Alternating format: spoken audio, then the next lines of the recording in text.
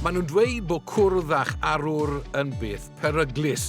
Ond i Michael Jenkins, mae wedi bod yn ysbrydoliaeth pur. Nid yn unig cwrdd â'r pencampwr Paralympaidd Aled Siôn Davies, ond ymarfer gyda fe, a dod yn ffrind iddo fe.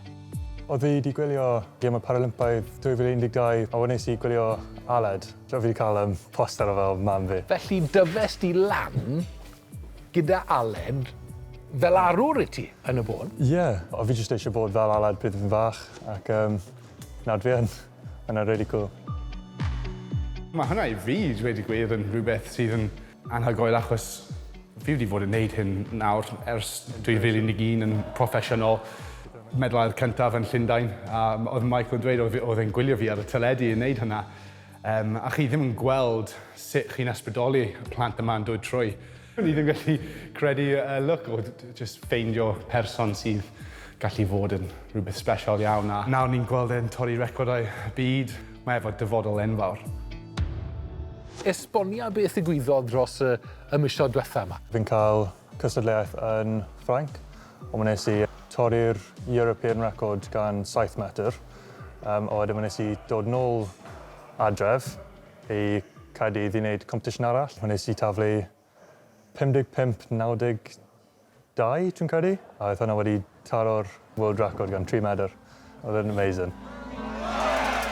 Mae Michael a'i fam Samantha yn teithio'r ddwyawr lan a'r ddwyawr nôl yn wythnosol i gael hyfforddiant yn y ganolfan genedlaethol Dan Do yng Nghaerdydd. Mae'r ymroddiad yn llwyr gweitha'r anhawsterau. Dwi'n cael cerebral palsy. Oedd rhywbeth wedi digwydd i'r ymenydd fi when nes i cael stroke yn y womb. Ac dwi'n po'n llawer o'r amser. Mae'r cefn fi'n wael iawn, mae'r coesau fi'n wael iawn. Dwi'n teimlo fe'n doelo fi fyd. Rhai weithiau mae'n wael iawn. Dwi ddim yn gallu wneud laces neu defnyddio fforc. Rhywbeth mae pawb arall yn wneud heb meddwl amdano. Ond eto, i ti'n gallu taflu? Ie, ti'n gallu taflu'n hir. Beth yw'r gobeith o ran yr athletau, o ran y ddisgen? Wel, bydde moyn mynd i'r Paralympaidd, ond mae moyn wneud e'n able-bodied hefyd.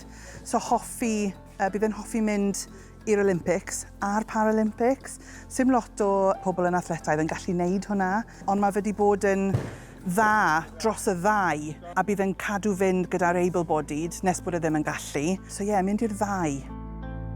Pa mor brawd i ti ohono fe? Sim geiriau. Mae Michael, mae fe wastad wedi bod yn bachgen hyfryd, ti'n modd, ond mae fe mewn boen trwy'r amser, a mae hwnna wedi bod yn rili galed. Mae wedi bod ambell i waith pan mae fe'n colli coesau, mae rhaid i ni cario fe.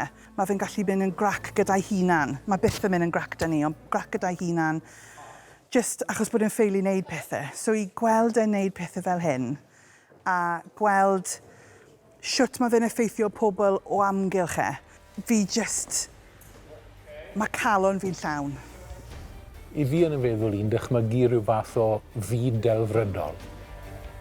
Le bydd Aled Siôn Davies a Michael yn cystadlu yn yr un gemau. Le bydd hwnna'n anhygoel. Bydd hwnna'n rhywbeth enfawr i fi a Michael, achos fi'n caru beth fi'n neud, a fi'n pob amser mynd mewn i cystadleuaeth i roi y perfformiad gorau phosib, a mae Michael yn neud yr un peth hefyd.